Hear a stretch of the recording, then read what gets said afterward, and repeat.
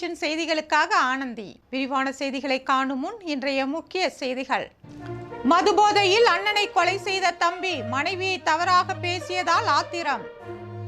புதுவையில் வரும் 23ஆம் தேதி கனமழை பொழியும் வானிலை ஆய்வு மையம் எச்சரிக்கை.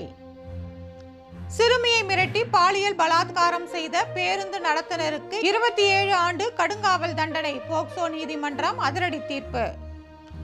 புதுச்சேரி உள்ளூர் தொலைக்காட்சி வளர்ச்சி மற்றும் பாதுகாப்பு நலச்சங்க ஆலோசனை கூட்டம். உள்ளூர் தொலைக்காட்சி உரிமையாளர்கள் மேலாளர்கள் பங்கேற்பு. இனி விரிவான செய்திகள். தம்பி மனைவியை தவறாக பேசிய அண்ணனை கொலை செய்த தம்பியை போலீசார் கைது செய்துள்ளனர். விழுப்புரம் மாவட்டம் திண்டிவனம் காந்திநகர் பகுதியை சேர்ந்தவர் குமரேசன். 39 வயதான இவருக்கு இன்னும் திருமணமாகவில்லை. இவர் மற்றும் இவரது தம்பி மணிகண்டன் மற்றும் மணிகண்டனின் நண்பர்கள் உட்பட 5 பேர் அதே பகுதியில் மது அருந்தியதாக கூறப்படுகிறது. இந்நிலையில் அவர்களுக்குள் தகராறு ஏற்பட்டுள்ளது. இந்நிலையில் குமரேசனை தம்பி மணிகண்டன் மற்றும் திண்டிவனம் காந்திநகர் பகுதியை சேர்ந்த 5 பேர் பலத்த காயங்களுடன் குமரேசனை திண்டிவனம் அரசு பொது மருத்துவமனையில் அனுமதித்துள்ளனர். அப்போது கீழே தவறி விழுந்து அவருக்கு கழுத்தில் பீர் பாட்டிலால் குத்தி அடிபட்டதாகவும் அவருக்கு கழுத்து கீழே உள்ள பகுதியில் இருந்து அதிக அளவில் ரத்தம் வருவதாகவும் அவர்கள் கூறியுள்ளனர். குமரேசனை பரிசோதித்த மருத்துவர்கள் அவர் ஏற்கனவே இறந்துவிட்டதாக தெரிவித்தனர். இதனை அறிந்த 5 பேரும் மருத்துவமனையில் அனுமதித்துவிட்டு அங்கிருந்து சென்று விட்டனர். இது குறித்து போலீசாருக்கு தகவல் தெரிவிக்கப்பட்டது. போலீசார் நடத்திய விசாரணையில் குமரேசன் திருமணம் ஆகாததால் விரக்தியில் இருந்ததாகவும் அவரது தம்பி மணிகண்டனுக்கு திருமணம் ஆகியதால் இருவரும் குடிபோதையில் இது சம்பந்தமாக தகராறு ஏற்பட்டதாகவும் கூறப்படுகிறது. அப்போது மணிகண்டனின் மனைவியை பற்றி குமரேசன் தகாத வார்த்தைகளால் திட்டியதாக கூறப்படுகிறது. இதில் ஆத்திரமடைந்த மணிகண்டன் தனது சொந்த அண்ணனை பீர் பாட்டிலால் குத்தி கொலை செய்துள்ளார். மணிகண்டனுக்கு துணையாக அவரது நண்பர்களும் இருந்ததாக கூறப்படுகிறது. இதனையடுத்து மணிகண்டனை போலீசார் கைது செய்துள்ளனர். புதுவையில் வரும் 23ஆம் தேதி கனமழை பெய்ய வாய்ப்புள்ளதாக வானிலை ஆய்வு மையம் தெரிவித்துள்ளது. புதுச்சேரியில் கடும் வெப்பத்தால் மக்கள் பாதிக்கப்பட்டு வந்த நிலையில் கடந்த சில நாட்களாக விட்டு மழை பெய்து வருவதால் மக்கள் மகிழ்ச்சி அடைந்துள்ளனர். இதனிடையே தென் தமிழக உள் மாவட்டங்கள் மற்றும் அதனை ஒட்டிய பகுதிகளின் மேல் ஒரு வளிமண்டல கீழடுக்கு சுழற்சி நிலவுகிறது. இதன் காரணமாக இன்று புதுச்சேரியின் பெரும்பாலான இடங்களிலும் காரைக்காலில் ஓரிரு இடங்களிலும் இடிமின்னல் மற்றும் பலத்த காற்றுடன் லேசானது முதல் மிதமான மழை பெய்யக்கூடும் என்று வானிலை ஆய்வு மையம் தெரிவித்துள்ளது. மேலும் வரும் 23ஆம் தேதி தமிழகத்தின் ஒரு சில இடங்களிலும் புதுவை மற்றும் காரைக்கால் பகுதிகளிலும் மிக கனமழை பெய்யக்கூடும் என்றும் வானிலை ஆய்வு மையம் தெரிவித்துள்ளது. இதன் காரணமாக மீனவர்கள் மீன்பிடிக்க கடலுக்கு செல்ல வேண்டாம் என்றும் எச்சரிக்கை விடுக்கப்பட்டுள்ளது. சிறுமியை மிரட்டி பாலியல் பலாத்காரம் செய்த தனியார் பேருந்து ஓட்டுநருக்கு 27 ஆண்டு காலம் சிறை தண்டனை விதிக்கப்பட்டுள்ளது. புதுவை அரியாங்குப்பம் பகுதியை சேர்ந்த 17 வயதுடைய சிறுமி கடந்த 2023ஆம் ஆண்டு அரசு பள்ளியில் படித்துக் கொண்டிருந்த போது தனியார் பேருந்தின் நடத்துனராக பணியாற்றிய கடலூர் மாவட்டம் கீழப்பாதிரி புதுக்கடையை சேர்ந்த பாபு என்பவர் மாணவியை மிரட்டி கடத்தி சென்று பாலியல் பலாத்காரம் செய்துள்ளார். இது தொடர்பாக அரியாங்குப்பம் போலீசார் வழக்கு பதிவு செய்து விசாரணை நடத்தினர். இந்த வழக்கின் விசாரணை போக்சோ சிறப்பு நீதிமன்றத்தில் நடந்து வந்தது. விசாரணை முடிந்து இன்று தீர்ப்பு வழங்கப்பட்டது. நீதிபதி சோபனாதேவி குற்றவாளி பாபு போக்சோ சட்டத்தின் கீழ் 20 ஆண்டு கடுங்காவல் சிறை தண்டனை அனுபவிக்க வேண்டும் என்று உத்தரவிட்டார். மேலும் ஐசிசி சட்டத்தின் 366வது பிரிவின் கீழ் 7 ஆண்டுகள் கடுங்காவல் சிறை தண்டனை விதித்தும் உத்தரவிட்டார். மேலும் 4000 அபராதமும் விதிக்கப்பட்டது. இந்த வழக்கில் சிறப்பு அரசு வழக்கறிஞர் பச்சையப்பன் ஆஜராகி வாதாடினார். பாதிக்கப்பட்ட சிறுமிக்கு இழப்பீடாக 4 லட்சம் ரூபாய் வழங்கப்பட்டது. பாபு ஏற்கனவே 2 முறை திருமணமாகியவர். இவருக்கு 2 குழந்தைகள் உள்ளது குறிப்பிடத்தக்கது. புதுச்சேரி உள்ளூர் தொலைக்காட்சி வளர்ச்சி மற்றும் பாதுகாப்பு சங்கத்தின் ஆலோசனை கூட்டத்தில் ஏராளமானோர் கலந்து கொண்டனர். புதுச்சேரியில் புதிதாக புதுச்சேரி உள்ளூர் தொலைக்காட்சி வளர்ச்சி மற்றும் பாதுகாப்பு நல சங்கம் துவங்கப்பட்டுள்ளது. இதன் கௌரவ தலைவராக சட்டமன்ற உறுப்பினர் ஜான்குமார், சிறப்பு ஆலோசகர்களாக சட்டமன்ற உறுப்பினர்கள் நேரு, வைத்தியநாதன் மற்றும் சப்தகிரி குழும இயக்குனர் ரமேஷ்குமார் மற்றும் சங்கத்தின் தலைவராக ராகவா விஷன் உரிமையாளர் பாலன், துணைத் தலைவராக மெர்க்குரி தொலைக்காட்சி உரிமையாளர் பிரகாஷ், பொதுச் செயலாளராக தீபம் டிவி மேலாளர் கந்தன், பொருளாளராக சுப்ரீம் டிவி மனோஜ், செயலாளராக எஸ் மீடியா மேலாளர் மணிவேலன், துணை செயலாளராக என்ஆர் தொலைக்காட்சி உரிமையாளர் தனசேகரன் ஆகியோர் நியமிக்கப்பட்டுள்ளனர். இதனைத் தொடர்ந்து புதிய நிர்வாகிகளின் ஆலோசனை கூட்டம் புதுச்சேரி கேபிள் டிவி சங்க தலைவரும் முதல்வரின் பாராளுமன்ற செயலருமான ஜான்குமார் எம்எல்ஏ தலைமையில் நடைபெற்றது. அவரது இல்லத்தில் நடைபெற்ற இந்த கூட்டத்தில் ஏஎம்என் டிவி மேலாளர் பால்குடம், சன்ஸ்டார் மீடியா தொலைக்காட்சி ராஜரத்தினம், ஸ்கைசட் மாலைமலர், லூர்து மேரி, ஹீரோ தொலைக்காட்சி துரைசாமி, நேயம் தொலைக்காட்சி வெங்கடகிருஷ்ணன், ரீனா தொலைக்காட்சி ராஜகுரு, ஆப்பிள் தொலைக்காட்சி பாலாஜி, சாய் மீடியா தொலைக்காட்சி Sathishkumar, silver chat media Vijayakumar, AJK தொலைக்காட்சி கவிதா, கமலா மீடியா தொலைக்காட்சி வேல்முருகன், லைஃப் ஸ்டைல் மீடியா தொலைக்காட்சி ஆனந்த், ப்ளூ ஸ்கை துரைராஜ் உள்ளிட்ட பல்வேறு உள்ளூர் தொலைக்காட்சி உரிமையாளர்கள் மற்றும் மேலாளர்கள் கலந்து கொண்டனர். இந்த கூட்டத்தில் தேர்ந்தெடுக்கப்பட்ட புதிய நிர்வாகிகளுக்கு சட்டமன்ற உறுப்பினர் ஜான்குமார் சால்வை அணிவித்து வாழ்த்துக்களை தெரிவித்தார். மேலும் புதிய சங்கத்திற்கு பாதுகாப்பு அளிப்பதுடன் சங்கத்தின் முன்னேற்றத்திற்கு முழு ஒத்துழைப்பு தருவதாக அப்போது அவர் தெரிவித்தார். இந்த கூட்டத்தில் பேசிய சங்க தலைவரும் ராகவா விஷன் உரிமையாளர் பாலன், அனைவரும் ஒற்றுமையுடன் செயல்பட்டு சங்கத்தை பேணி பாதுகாக்க வேண்டும் என்றும், உள்ளூர் தொலைக்காட்சி வளர்ச்சி மற்றும் பாதுகாப்பை உறுதிப்படுத்த வேண்டும் என்றும் பேசினார். இதனைத் தொடர்ந்து புதிதாக தேர்ந்தெடுக்கப்பட்ட சங்க நிர்வாகிகள் சங்கத்தின் சிறப்பு ஆலோசகர்களான தீபம் டிவி உரிமையாளர் சட்டமன்ற உறுப்பினருமான நேரு, கமலா டிவி உரிமையாளரும் சட்டமன்ற உறுப்பினருமான வைத்தியநாதன் ஆகியோரை சந்தித்து வாழ்த்து பெற்றனர். வியாபாரம் ஒரு ரிலேஷன்ஷிப் நல்லா இருக்கும் ஒன்றா சேர்ந்துருக்கிறோம். அதை மனசு வச்சுக்கிட்டு எல்லாம் ஒற்றுமையாக இருந்து எதிர்காலத்தில் பொதுக்குழு ஒன்றா செயல்பட்டால் நீங்கள் சங்கம் நல்லா இருக்கும், தொழில் நல்லா வளர்ச்சி. சூப்பர்.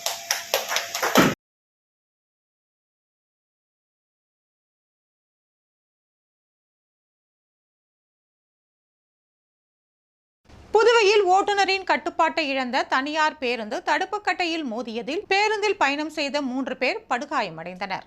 தமிழக பகுதியான திண்டிவனத்தில் இருந்து புதுச்சேரி நோக்கி தனியார் பேருந்து ஒன்று நேற்று மாலை 10 பயணிகளுடன் புதுச்சேரி நோக்கி வந்து கொண்டிருந்தது.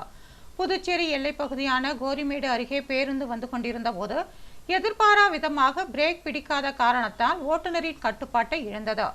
இதனையடுத்து அருகில் சென்று கொண்டிருந்த காரின் பக்கவாட்டில் லேசாக இடித்த நிலையில் சாலையின் நடுவே இருந்த தடுப்பு கட்டை மீது மோதி ஏறி நின்றதா. இதன் காரணமாக பேருந்து மற்றும் கார் ஓட்டுநர் உள்ளிட்ட 4 பேருக்கு லேசான காயம் ஏற்பட்டது. மேலும் ஓட்டுநரின் சாமர்த்தியத்தால் உயிர் சேதம் தவிர்க்கப்பட்டது. இந்த விபத்து குறித்து கோரிமேடு போக்குவரத்து போலீசார் வழக்கு பதிவு செய்து விசாரணை மேற்கொண்டு வருகின்றனர்.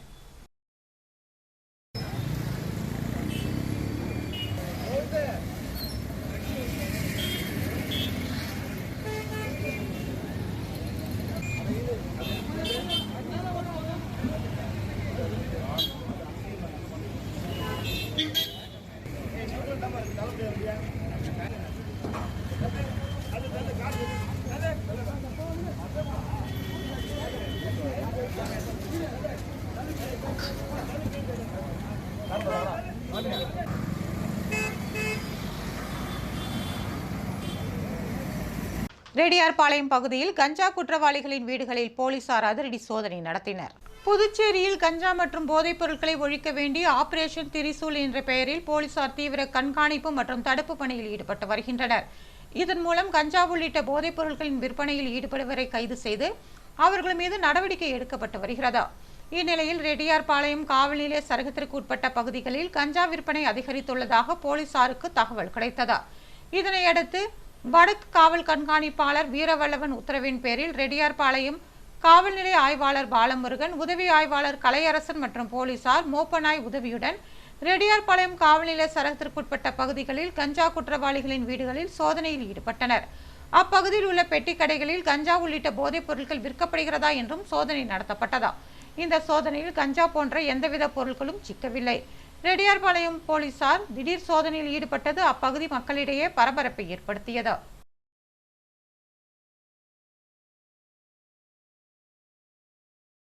ராஜீவ்காந்தி நினைவு ஜோதி வழியனுப்பும் விழாவில் ஏராளமான காங்கிரசார் பங்கேற்றனர்.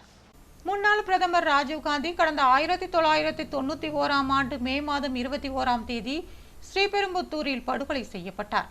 அதன் நினைவாக ஆண்டுதோறும் கர்நாடக மாநிலத்திலிருந்து INTUC சார்பில் பெங்களூருவில் இருந்து தமிழகத்தின் பல்வேறு பகுதிகள் மற்றும் புதுச்சேரி வழியாக நினைவு ஜோதி ஸ்ரீபெரும்புத்தூருக்கு கொண்டு செல்லப்பட்டு வருகிறது. அதன்படி 33வது நினைவு ஜோதி யாத்திரை கர்நாடக மாநில INTUC தலைமையில் நேற்று புதுச்சேரிக்கு வந்தது. ஜோதி யாத்திரை குழுவினருக்கு வழியனுப்பும் நிகழ்ச்சி புதுச்சேரி ரெட்டியார்பாளையத்தில் இன்று நடைபெற்றது. INTUC மாநில தலைவர் பாலாஜி தலைமையில் நடைபெற்ற இந்நிகழ்ச்சியில் பாராளுமன்ற உறுப்பினரும் காங்கிரஸ் கட்சி தலைவருமான வைத்திலிங்கம், முன்னாள் முதலமைச்சர் நாராயணசாமி, சட்டமன்ற உறுப்பினர் வைத்தியநாதன், முன்னாள் அரசு கொறடா அனந்தராமன், முன்னாள் அமைச்சர் கந்தசாமி மற்றும் கட்சி நிர்வாகிகள் பலர் கலந்து கொண்டு யாத்திரை ஜோதியை வழி அனுப்பி வைத்தனர்.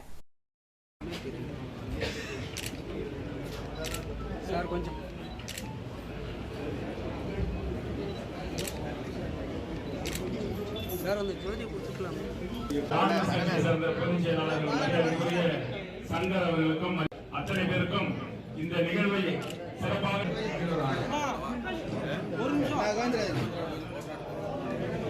புதுவை மாநிலத்தில் வாக்கு எண்ணும் மையங்களில் முன்னேற்பாடுகள் தீவிரமாக நடைபெற்று வருகின்றன.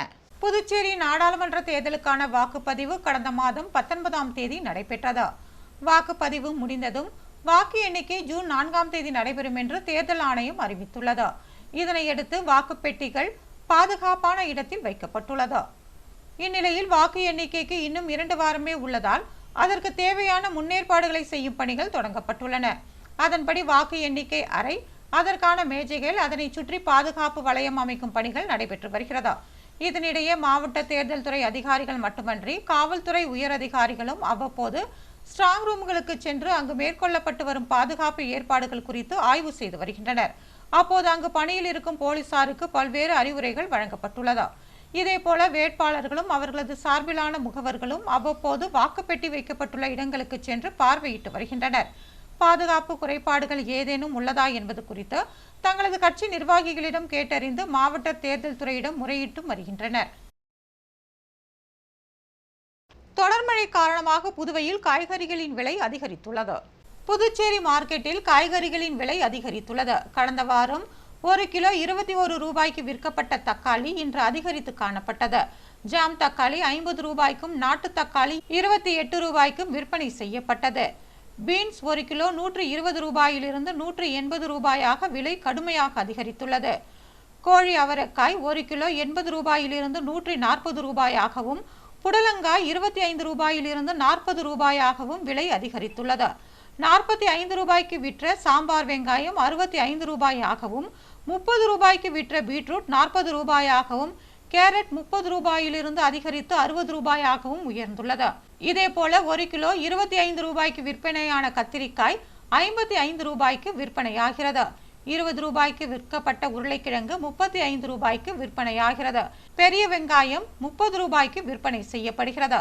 இதேபோல புடலங்காய், இஞ்சி, சுரைக்காய், பீர்க்கங்காய், பச்சை பட்டாணி உள்ளிட்ட காய்கறிகளின் விலைகளும் கணிசமாக அதிகரித்துள்ளது.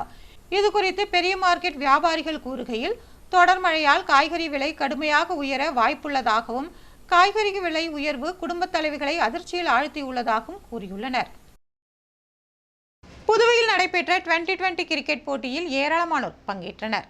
முன்பெல்லாம் பள்ளி முடிந்தவுடன் மாணவர்கள் கபடி, கொக்கோ, கிரிக்கெட் உள்ளிட்ட பல்வேறு விளையாட்டுகளை விளையாடி உடல் நலத்தை பேணி காத்து வந்தனர். ஆனால் தொழில்நுட்பங்கள் வளர வளர மாணவர்கள் மற்றும் பிள்ளைகள் மைதானத்திற்கு சென்று விளையாடுவதை விட செல்போனை கையில் வைத்துக்கொண்டு பல்வேறு விளையாட்டுகளை விளையாடுவதை வழக்கமாக வைத்துள்ளனர். இது அவர்களது எதிர்காலத்திற்கும் ஆரோக்கியத்திற்கும் நல்லதல்ல என்பதை உணர்த்தும் வகையில் புதுச்சேரியில் கிரிக்கெட் போட்டி நடத்தப்பட்டது. இதில் 1980ஆம் ஆண்டுகளில் பிறந்தவர்களுக்கும் 2000ஆவது ஆண்டில் பிறந்தவர்களுக்கும் இடையில் போட்டி நடைபெற்றது. புதுச்சேரி ஆரோவில் பல்மைரா மைதானத்தில் நடைபெற்ற 2020 கிரிக்கெட் போட்டியில் திரளான வீரர்கள் கலந்து கொண்டு விளையாடினர். போட்டிக்கு ஒருங்கிணைப்பாளராக வழக்கறிஞர் சந்திரமௌலி செயல்பட்டார்.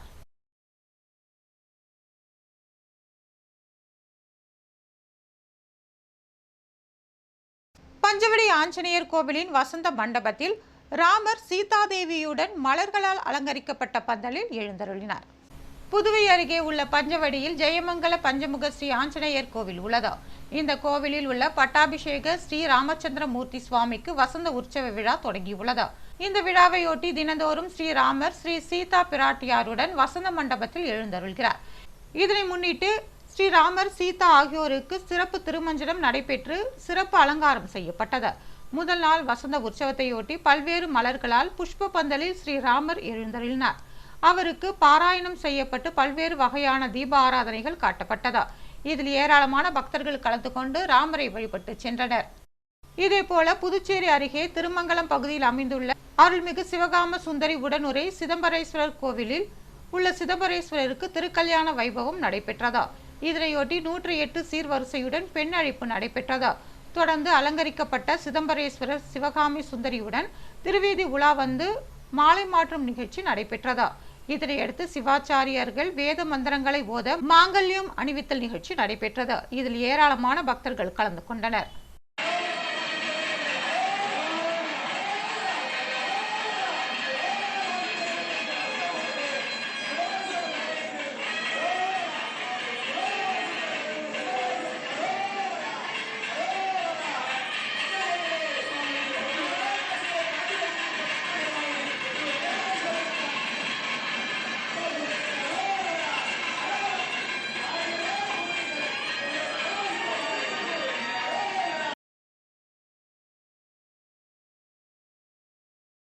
வில்லியனூர் பாஜக பிரமுகர் வேலுவின் முதலாம் ஆண்டு நினைவு தினத்தையொட்டி அன்னதானம் வழங்கப்பட்டது. புதுவை வில்லியனூர் தொகுதி பாஜக பிரமுகரும் விஸ்வகர்ம தலைவருமான வில்லியனூர் விஐசி குரூப்ஸ் விஜயகுமார் என்கிற வேலுவின் முதலாம் ஆண்டு நினைவு தினம் அனுசரிக்கப்பட்டது. இதனையொட்டி வில்லியனூர் வெள்ளா வீதியில் அமைந்துள்ள மறைந்த விஜயகுமார் என்கிற வேலுவின் திருவுருவ படத்திற்கு மலர் தூவி அஞ்சலி செலுத்தும் நிகழ்ச்சி நடைபெற்றது. இதில் விஐசி குரூப்ஸ் நண்பர்கள், தொழிலதிபர்கள், இளைஞர்கள், பொதுமக்கள் என ஏராளமானோர் கலந்து கொண்டு திருவுருவ படத்திற்கு மலர் தூவி மரியாதை செலுத்தினர். இதனைத் தொடர்ந்து பொதுமக்களுக்கு அன்னதானம் வழங்கப்பட்டது. நிகழ்ச்சிக்கான ஏற்பாட்டினை விஐசி குரூப்ஸ் நண்பர்கள் செய்திருந்தனர்.